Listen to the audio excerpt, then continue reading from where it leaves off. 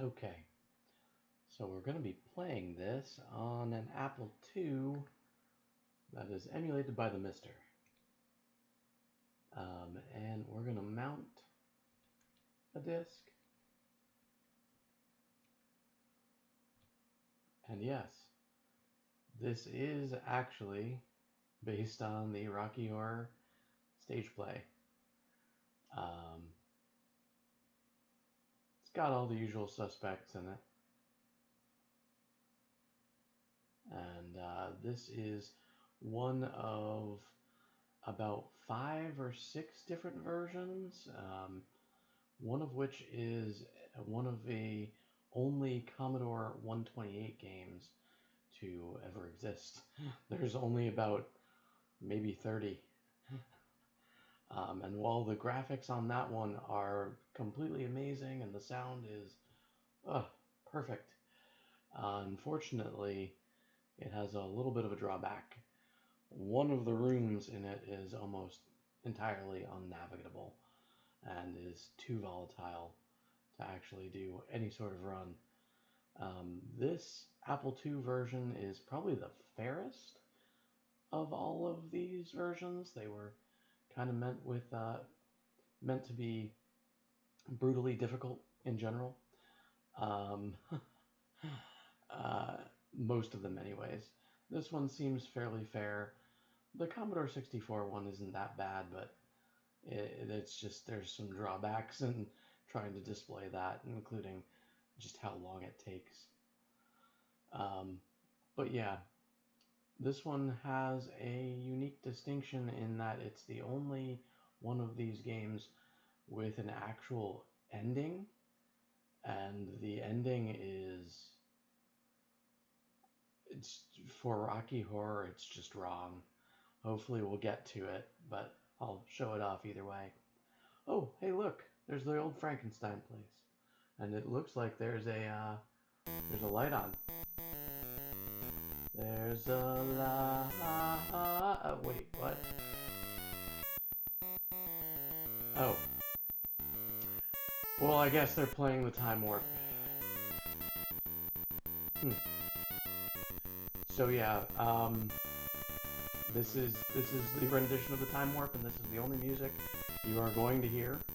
The sound effects are pretty good in this one, but unfortunately, no music during gameplay, which is, I guess, good because it's kind of a little grating. But just one little thing to note: Richard O'Brien allows anyone to basically play the music from Rocky Horror on YouTube, but every single time you get demonetized. So that's just something to kind of keep in mind when trying to play this game and uploading footage. But yeah, if you don't care about that, well then you're perfect. So let's proceed here. And we get a choice of either Brad or Janet. And come on, is this a choice? The only real choice here is Janet. Frickin' Brad. Ugh. So I definitely did press the button. And I promise that it will eventually load. But one little snaggle with this one is that it's rather long-winded in terms of the loading. So you're going to notice that big temperature bar there. And that is for a mechanic, for Eddie. Eddie breaks out of the freezer and comes alive.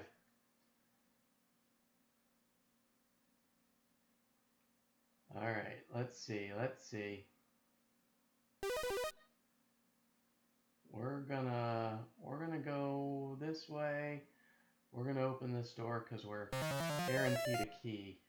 So you might notice already there's keys and there's weird little colored pieces here.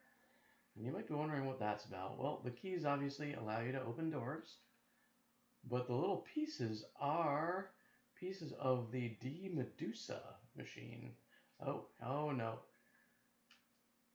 So this is Riff Raff, and he is one of the only threats in the game. If he fires his laser and it hits you, you die. End of story.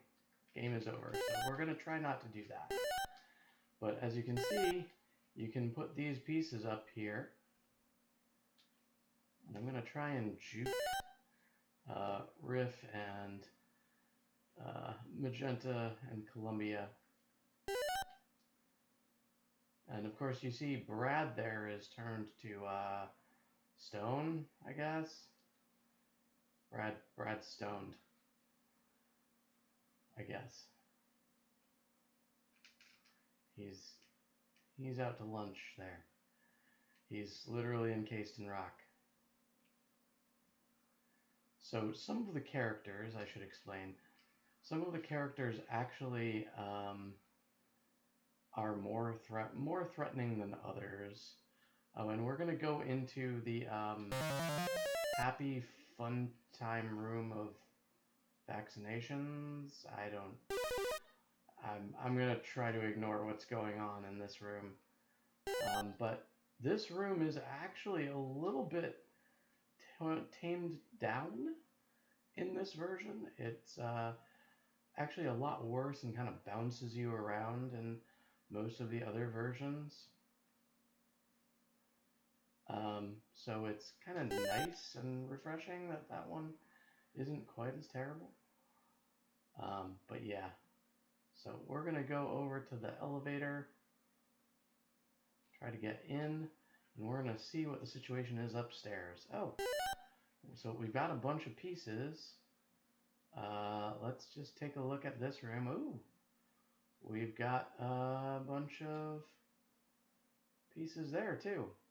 So we're gonna try to get all of these done, and we may need to come back for Eddie. So there's a mechanic where we can put Eddie to sleep again, and we don't really want Eddie up and about. There's certain trajectories that I can walk that will prevent Eddie from, getting me. He runs you over on his motorbike. And we don't generally want that. So we're gonna try to deal with Eddie for the first time here. Oh, and I got snagged on the ladder, so we're gonna have to go back up.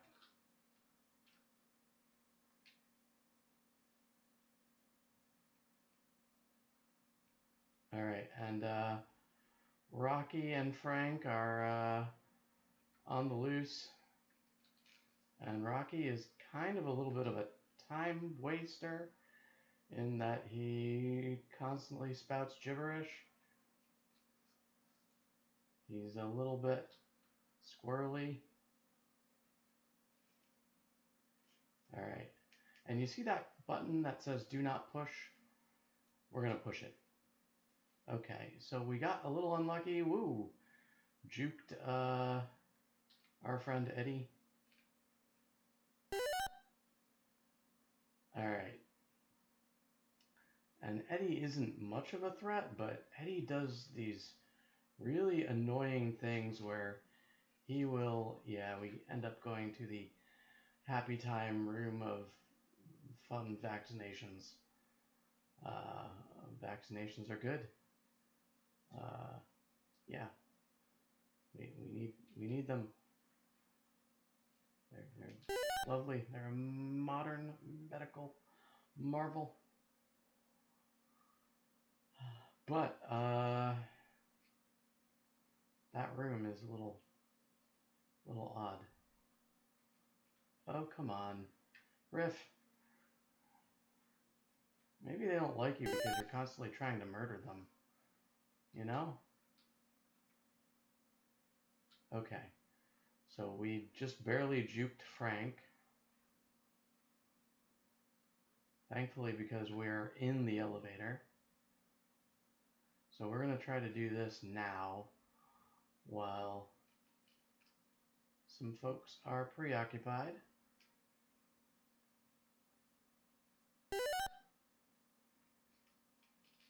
Oh, no. That's not good. Okay. Oof, okay. She usually introduces a mechanic, and I can't believe we didn't get caught 3 different times with it. But she usually introduces a fun mechanic of this game where she strips you of your clothes, and she's one of the most likely characters to do it, other than, well, Frank. Um, so I'm a little surprised that we didn't get to see that, but basically, and don't worry, it's not very graphic. It's fairly, I guess, safe for work. Um, but this game doesn't actually have your character cover their shame, and while walking around, they're just like pixelatedly nude-ish. You can't really see anything, but obviously it's a little a little strange that the Apple II version, which is probably the most friendly version, has this. So we're gonna pick up this other key, and you've probably noticed I've been trying to keep a key on me at all times. All of this is very strategic in terms of where I'm going. So no, please do not. Okay, so we're gonna juke here because I kind of figured we might run into one of the Frankenstein house guests.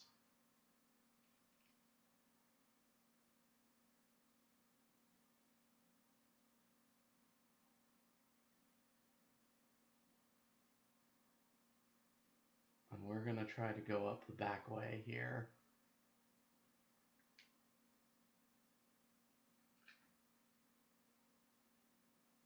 We're gonna leave that piece for now.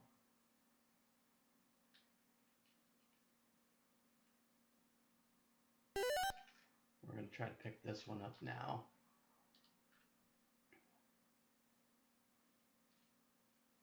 Oh, come on.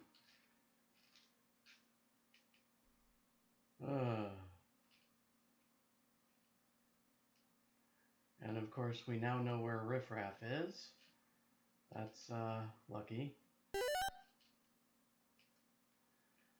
And again, Riff and Eddie are really the main threats here.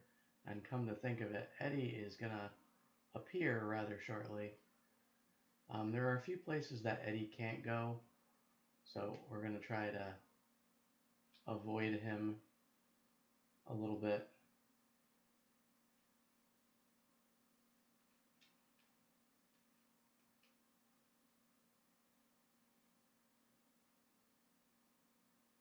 All right. Oh, I don't think we timed that right.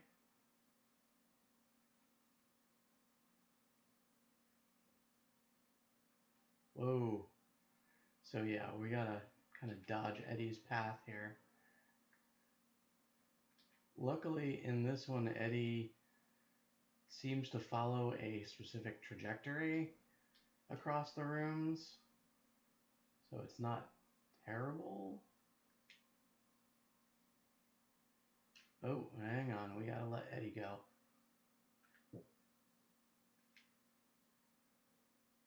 Okay, so we're gonna try to pass by Frank and hope that he doesn't do something stupid.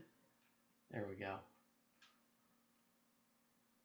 Alright, and let's get Eddie back into this ice closet here.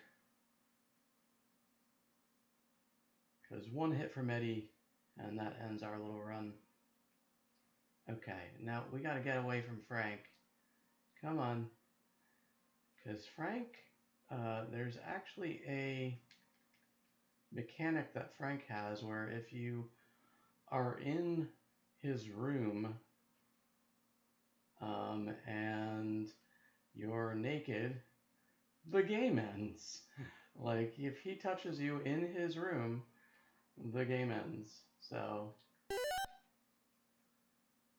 there's that. Okay, Riff. Come on. Come on, Riff. Stop playing with your doohickey.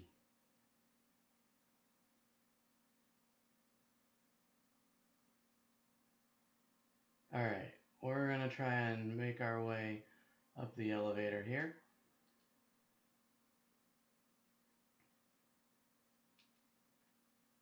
And I think we only have a couple pieces left. Okay, we got one. Okay, we have one in the first room. And we're going to take a look at the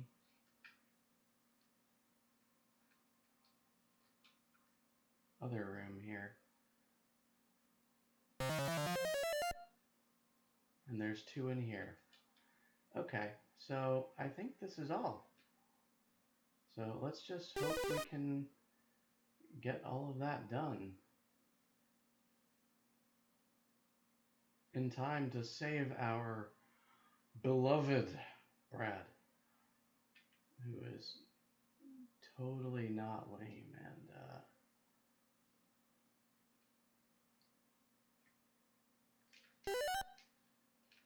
yeah. All right, so, and I do hope that I get to showcase the nudity mechanic here, but we may not be able to. And it's probably not advantageous to us right now, since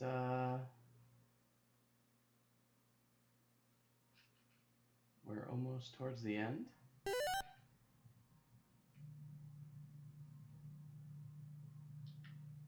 Maybe I'll try to include a little screenshot of that. Or maybe we'll restart the game if we are a little bit ahead of schedule, just to show it off. It's actually fairly rare that they aren't so aggressive with that. So there are places where the Frankenstein house guests can't really get to, planes that they can't really navigate, which I'm using a little bit to my advantage.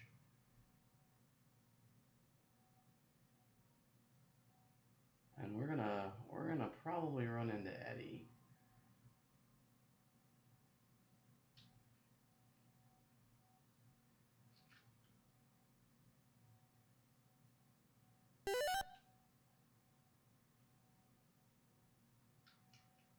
Maybe we'll deal with Eddie one last time, if we can.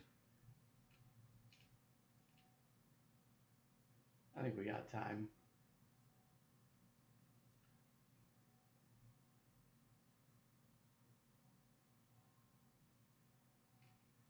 Oh, hi, Rocky. Oh, and Frankie boy. Frank, old chap, old man.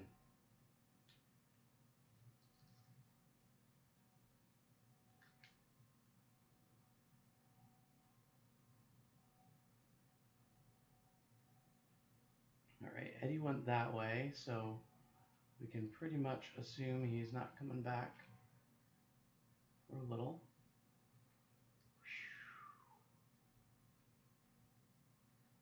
So we're gonna go here, go into the Happy Fun Times vaccination room.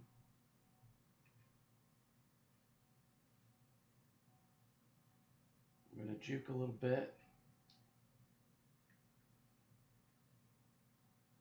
Try to get our last pieces done. Okay, they are over there, so we're gonna try to avoid them.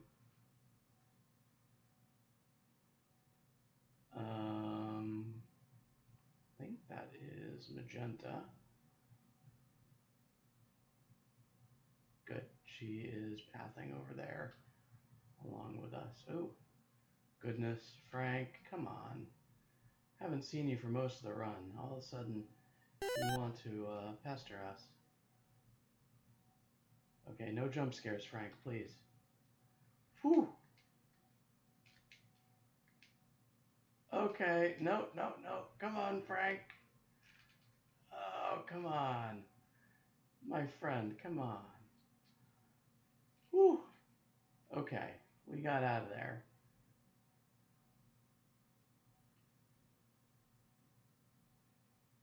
Okay, remember to juke. Alright. We're gonna juke a little bit. And we got Brad out. So now here comes the Metroid escape. We gotta make it out of here alive with our clothes.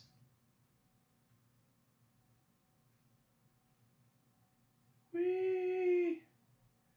We don't have to worry about Eddie. Okay, we're going, we're going, we're going. Bam! We did it. And so, this just feels a little wrong. Heterosexuality in Rocky Horror. What's going on here? Brad, what's the point? What's it all mean? This is a very strange alternative telling of Rocky Horror. I much prefer the original. What if they just got out and then had this weird tender moment at the Frankenstein place front door to the time warp? What's going on here? Why? Ugh. Just not fitting. Not fitting at all. So yeah, that's basically the Rocky Horror video game, the first one. And there was a remake of this for DOS that was more of it was, I think it was Windows actually, but it was more of a adventure style game, which I'm actually working on. So maybe next year. But that one has you. I don't know how to say this. Inserting things into robots? That's very bizarre. I assure you that it is not as bad as it sounds, but also kind of bad. But yeah, that was the game, and to be perfectly honest, the Apple II version is a rather fun little randomizer. Same with the Commodore 64 version, but it's just a little bit harder. But if you're a true masochist, Commodore 128 is brutal. So yeah, there's a board for this on speedruns.com, and I don't know, feel free to challenge me and the one other complete psycho that ran Commodore 128. And honestly, I find this really fun. The mechanics are rather elaborate for an era where there was really only a bunch of arcade-style games coming out in general. It's a little bit of a more adventure take, and the Apple II graphics are actually pretty good of an interpretation. So the one last thing that I wanted to show off is getting one of these characters naked. And I promise it's not graphic. It's not, well, it's graphics, but it's not. You get the picture. But yeah, so we're gonna try to intentionally run into one of the Frankenstein house guests, hopefully Frank, and have him steal our clothes. Yay!